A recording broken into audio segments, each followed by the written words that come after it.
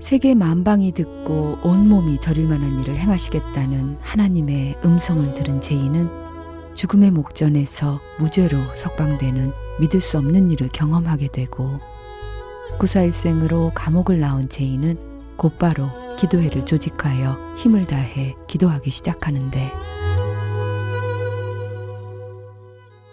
그러다가 이 저자가 이제 예. 요소요소에 계신 기도하시는 분들, 그동안에 자기도 몰랐었는데 예. 그런 교회 역사를 알고 있는 분들을 만나게 되죠. 아, 1996년 6월 나를 포함한 32명이 모여 북한 지역 내 복음 통일 기도회라는 조직을 결성했다. 여기에는 그럴 만한 이유가 있었다. 내 작업반의 74명 중 42명을 고난의 행군으로 잃었다. 작업반은 자녀들 82명 중 69명이 싸늘한 죽음이 되었고, 이제 고작 13명의 아이들만 살아남았을 뿐이다. 하루가 멀다 하고 어린 피덩이들을 땅에 묻다니 울분이 치솟아 견딜 수가 없었다. 당장의 반공 결사 조직이라도 만들어 오늘의 참상을 가져온 독재자와 그 하수인들을 웅징해주고 싶었다. 나는 동료들을 모아놓고 기도회를 조직하겠노라고 선포했다.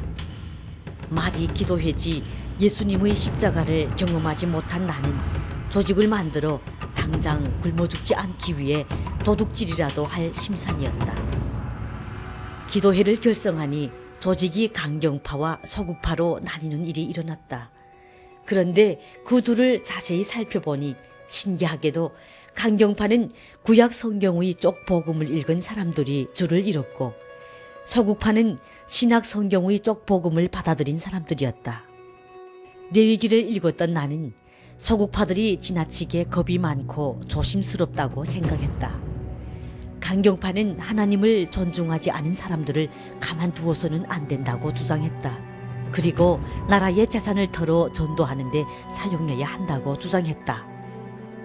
반면에 서구파는 너희의 원수를 사랑하며 너희를 박해하는 자를 위하여 기도하라는 말씀을 들어 강경파가 주장하는 타도니 진멸이니 하는 과격한 주장을 용납할 수 없고, 영생은 유일하신 하나님과 그가 보내신 예수 그리스도를 아는 것이라고 주장했다. 그러나 기도회의 책임자인 나는 서구파의 주장을 받아들일 수가 없었다. 그들에게 독소를 퍼부었고 심지어 독재를 추종하는 세력이라고 몰아붙였다. 이렇게 시작된 우리의 행보는 참으로 파란만장했다.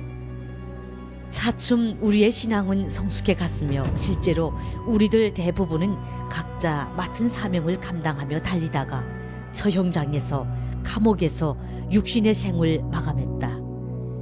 우리의 생명은 우리의 것이 아니다. 우리의 주인 되신 하나님이 목숨을 요구하실 때 망설임 없이 복음을 위해 하나님께 드렸다.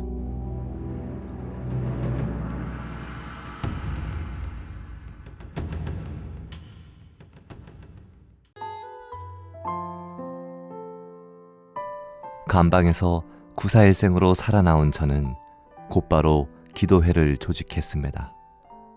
그리고 기도회의 책임자인 저는 무릎 사이로 머리를 쳐박고 기도하기 시작했습니다.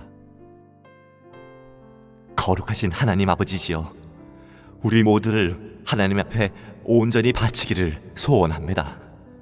하나님 아버지께서는 명령하시기를 하나님 아버지께 온전히 바쳐진 모든 것은 사람이든 가축이든 다시 무르지 못한다고 명령하셨습니다.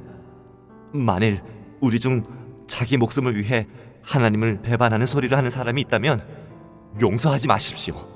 우리는 살든지 죽든지 하나님 아버지께 드려진 제물입니다. 하나님 아버지는 하늘에서 우리를 굽어 살펴보시며 우리가 드리는 충성심대로 판결해서 살리든 죽이든 하나님 아버지의 소견에 좋을 대로 처리하옵소서. 아멘. 그런데 제 기도를 옆에서 듣고 있던 동료가 제 옆구리를 치며 이렇게 말하는 것이었습니다. 자네는 왜 자꾸 죽이라고 하는가? 하나님이 사람을 죽이는 살인자인가? 하나님은 죽은 자를 살리시는 분이 아닌가?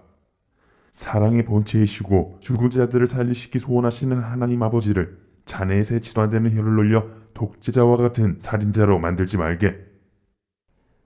그런데 그의 그런 충고가 왜 그렇게 고깝게 들리는지. 이 총간나 새끼. 기도회를 조직해야 한다고 나를 이 기도회 책임자로 세울 때는 언제고 죽는다니까 겁이 나는 모양이군. 이렇게 겁이 많으니 계집아이만 줄줄이 셋이나 낳지.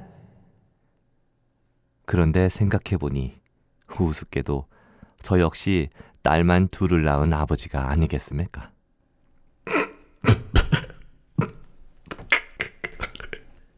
갑자기 웃음이 나왔습니다.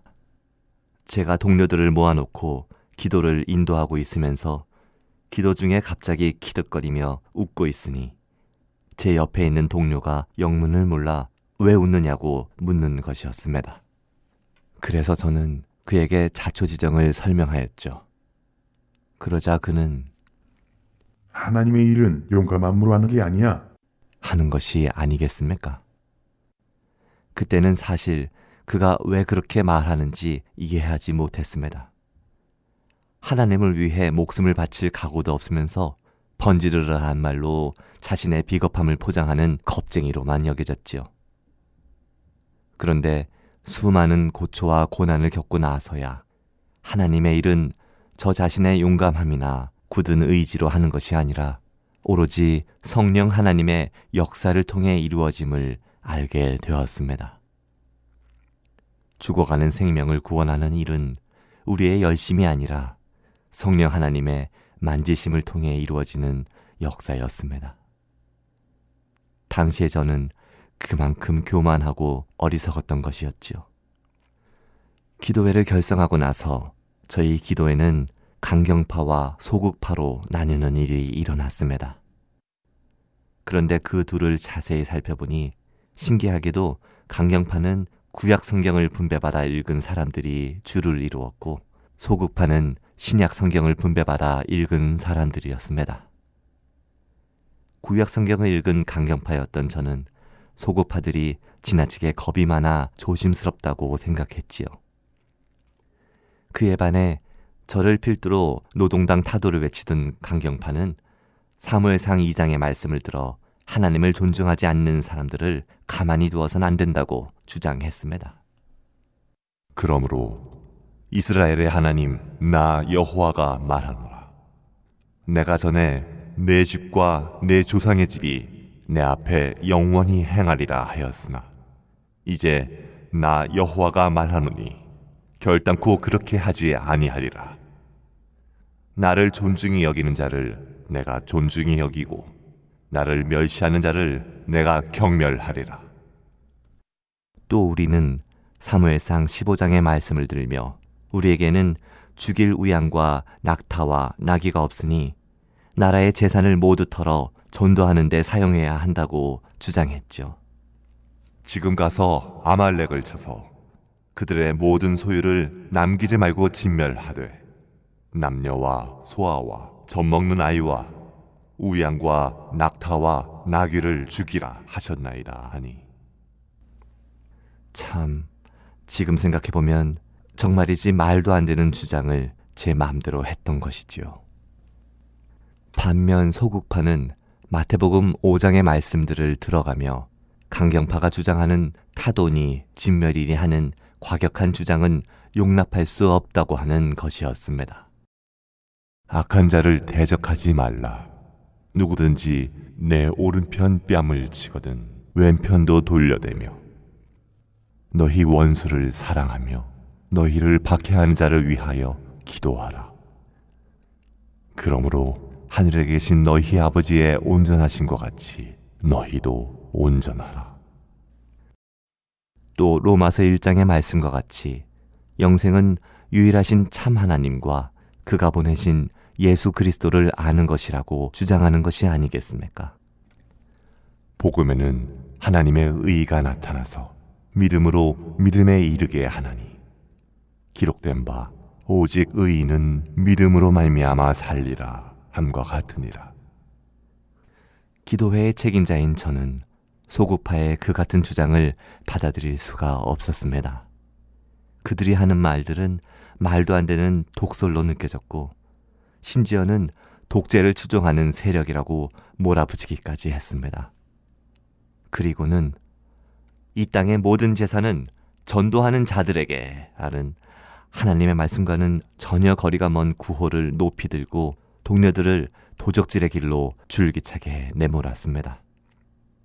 그렇게 해서 저를 비롯해 강경파였던 동료들은 아낙네들이 밤을 새워 만든 깃발을 심장에 묶고는 복음 통일을 위해 우리의 목숨을 주님께 드리기로 서원을 했지요. 한편 소구파들은 이런 강경파의 극단적인 행동들을 묵과할 수밖에 없었던 이유가 있었습니다. 그것은 강경파가 결코 하나님 보시기에 선하지 않음을 알면서도 강경파가 훔쳐오는 양식을 먹고 의복을 입으면서 혜택을 누렸기 때문입니다. 그럼에도 참으로 다행스럽고 감사한 일은 강경파에 강력하게 항거하지도 못하고 행동에 참여하지도 못하는 어정쩡한 소구파를 제가 미워하지는 않았다는 사실입니다. 오히려 소구파 덕분에 강경파인 우리가 도적질을 하든 싸움을 하든 승리할 것이라고 확신을 해서 그들을 든든하게 여겼습니다. 하나님은 목 놓아 기도하는 사람들의 소리를 들으시고 응답하시는 분임을 알기에 그들의 기도를 기뻐하실 것이라고 생각한 것입니다. 실제로 우리는 도적질을 하러 가면서도 성공하게 해달라고 하나님께 기도했고 누군가를 응징하러 나갈 때에도 아말렉 같은 놈들을 물리쳐 달라고 기도했습니다. 그래서인지 무엇을 도적질하든 모두 성공했고 누구를 응징하든 다윗이 골리앗을 그리했던 것처럼 맥없이 쓰러뜨려 승리했습니다. 도적질하지 말라, 살인하지 말라, 내 이웃을 탐하지 말라고 하신 하나님이 과연 도적질과 이웃의 것을 탐한 우리의 기도를 들어주신 것인지 저는 지금도 그 뜻을 헤아리지는 못합니다. 당신은 그것이 정의롭다 여겨 한 일이지만 이제는 그것이 하나님의 뜻과는 전혀 다른 길임을 알기에 하나님이 우리의 기도를 응답하신 것인지 그렇다면 왜 하나님의 뜻과 위배되는 우리의 행위를 용납해 주셨던 것인지 하나님께 직접 대답을 듣고 싶습니다. 언젠가 천국에 가서 하나님을 만나면 꼭 이 질문을 해야겠습니다. 이렇게 시작된 우리의 행보는 참으로 파란만장했으며 기쁨과 슬픔이 공존했습니다. 그리고 그러는 사이 우리도 차츰 성장하고 있었습니다. 실제로 복음 통일을 위해 주님께 목숨을 드리겠다고 약속한 우리는 우리 중 대부분이 각자 맡은 사명을 감당하며 달리다가 처형장에서 감옥에서 육신의 생을 마감했습니다. 우리는 주인 되신 하나님께서 목숨을 요구하실 때 망설임 없이 내놓을 각오로 복음을 위해 싸웠습니다.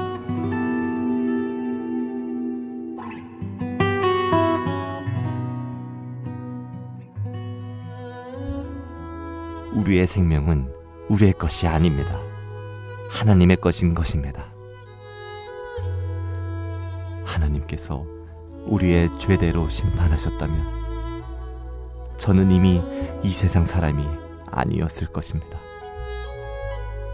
죄 가운데 있어도 저를 떠나지도 버리지도 않으시고 고집불통인 제 영혼을 두드리시는 하나님,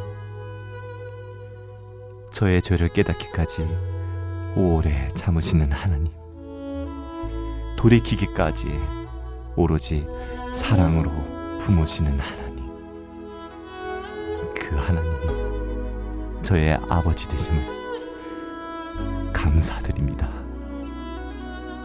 아멘.